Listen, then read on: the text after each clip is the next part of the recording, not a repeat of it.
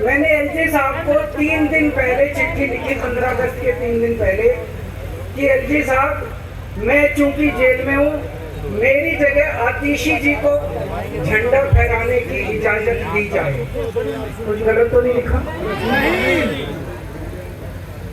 वो चिट्ठी मेरी एलजी साहब तक नहीं पहुंचाई गई, मुझे चिट्ठी वापस करी गई और मेरे को ये वार्निंग जारी की गई है। वार्निंग भी लेके आया हूँ, जिंदगी भर साथ रखूंगा ये मेरे को वार्निंग दी गई कि दूसरी बार अगर आपने एलजी साहब को चिट्ठी लिखने की हिम्मत करी तो आपके साथ जो फैमिली मुलाकात होती है हर हफ्ते, वो फैमिली मुलाकात बंद कर दी जाएगी। मैं मन में सोच रहा था, अंग्रेजों ने भी नहीं सोचा था कि आजाद भारत के अंदर 95 साल के बाद अंग्रेजों से ज्यादा क्रूर और अत्याचारी शासक इस देश के ऊपर आएगा। आपने सुना होगा बटुकेश्वर दत्त और भगत सिंह ने असेंबली में एक बम फेंका था, या सुना सब लोग? तो दोनों को जेल हुई, दोनों को एक ही जेल में रखा गया, बगल बगल वाली कोठरी में रखा गया। ये मैं चिट्ठी पढ़ के सुना रहा हूँ आपको। भगत सिंह जी जो उन्होंने प्रमिला को, बटुकेश्वर दत्त की बहन को लिखा, कल रात बट्टू को किसी दूसरी जेल में भेज दिया गया है, तब तक वो उनके साथ ही था भगत सिंह के। ये चिट्ठी 17 जुलाई 1930 की है। उनकी जुदाई मेरे लिए असहाय हो रही है। भगत सिंह लिख रहे हैं बटुकेश्वर दत्त की बहन को कि बटुकेश्वर दत्त की जुदाई मेरे लिए असहनीय हो रही है। आज पहला दिन है जब मैं अपने को पूरी तरह उद्विग्न पा रहा हूँ और मेरे लिए बोझ बन गया है। एक मित्र से जुदा होना सचमुच सके भाई से भी ज्यादा प्रिय थे मेरे को बटुकेश्वर। तो दोनों साथ रहते थे। 95 साल के बाद मनीष सिसोदिया और केजरीवाल एक ही केस में जेल जाते हैं। मनीष सिसोदिया को अलग जेल में रखते हैं, मेरे को अलग जेल में रखते हैं, साथ में। आजादी की लड़ाई जब हुई, जवाहरलाल नेहरू जेल गए, महात्मा गांधी जेल गए, बाबा साहब अम्बेडकर जेल गए, चंद्रशेखर आजाद जेल गए, अशफाकुल्ला जेल गए, कितने स्वतंत्रता सेनानी जेल गए, कई सालों तक जेल गए। जब वो जेल जाते थे उनसे मुलाकात के लिए उनके साथी उनसे मिलने जाया करते थे, उनके घर के लोग जाते थे, उनके रिश्तेदार उनसे मिलने जाते थे, और जब वो मिलने के लिए जाते थे वो उनसे पॉलिटिकल बातें करते थे। वो उनसे बातें करते थे कि कैसे अंग्रेजों को उखाड़ के फेंकना है जब मिलने के लिए जेल में जाते थे। जब मैं जेल में था एक दिन संदीप पाठक मेरे से मिलने के लिए आया। मैं भी पॉलिटिकल आदमी हूँ, वो भी पॉलिटिकल, हमारी पार्टी का संगठन बन के लिए आके उसने मेरे से पॉलिटिकल बातें करी। और क्या करता, रोमांटिक बातें थोड़ी करता।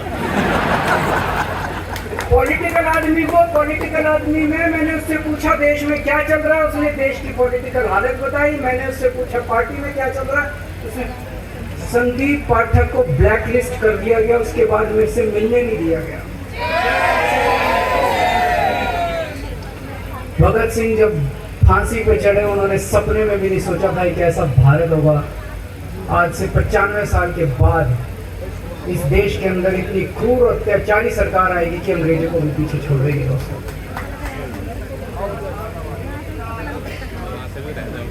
मुझे जेल क्यों भेजा इन लोगों ने?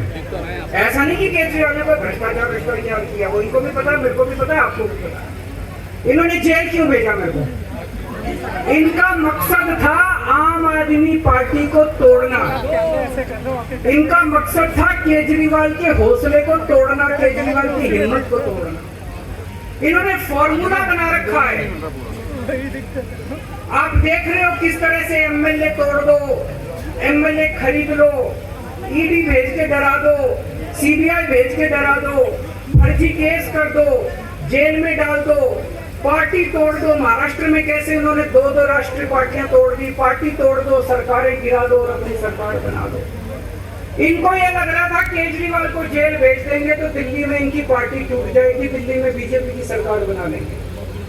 इनको लग रहा था पंजाब की सरकार तोड़ के पंजाब में हम अपनी सरकार बना लेंगे, इनके एमएलए तोड़ देंगे। लेकिन हमारी पार्टी नहीं टूटी, हमारे एमएलए नहीं टूटे, हमारे एमएलए को छोड़ो कार्यकर्ता भी नहीं टूटे।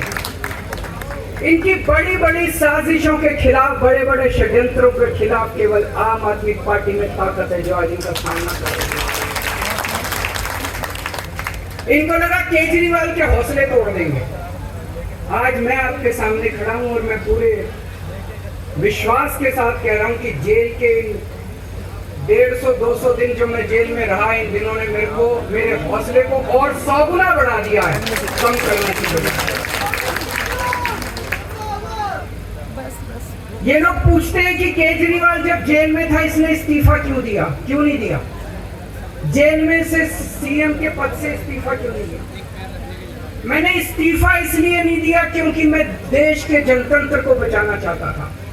इन्हें जो इतने फॉर्मूले बना रखे हैं, एमएलए तोड़ दो, पार्टियां तोड़ दो, एमएलए खरीद लो, डरा दो, अब एक फॉर्मूला और इन्होंने नया बनाया है।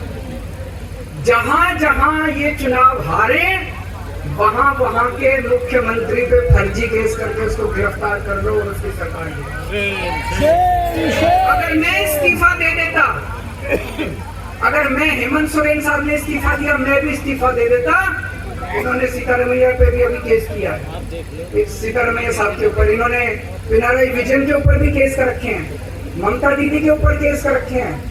ये एक ऑपोजिशन के मुख्यमंत्री को नहीं छोड़ते, एक एक को पकड़ के फर्जी केस कर करके उनको जेल में डाल देते और एक एक की सरकार गिरा देते। मैं जेल में गया, अभी 10 दिन पहले सुप्रीम कोर्ट की एक बेंच ने पूछा सरकार से कि जेल के अंदर से सरकार क्यों नहीं चल सकती। बड़ा आप लोगों ने अखबार में, सुप्रीम कोर्ट ने पूछा है केंद्र सरकार से कि जेल के अंदर से सरकार क्यों नहीं चल सकती, तो जेल के अंदर से सरकार साबित कर दिया। अब मैं देश के सारे नॉन बीजेपी मुख्यमंत्रियों से हाथ जोड़ के विनती करना चाहता हूं, अब अगर प्रधानमंत्री जी हिम्मत करें आप पे फर्जी केस करके आपको जेल में डाले, इस्तीफा मत देना, किसी हालत में इस्तीफा मत देना, जेल से सरकार चलाना। हम सबको मिलकर, ऐसा नहीं कि हम पद के लालची हैं, ऐसा नहीं कि मुख्यमंत्री पद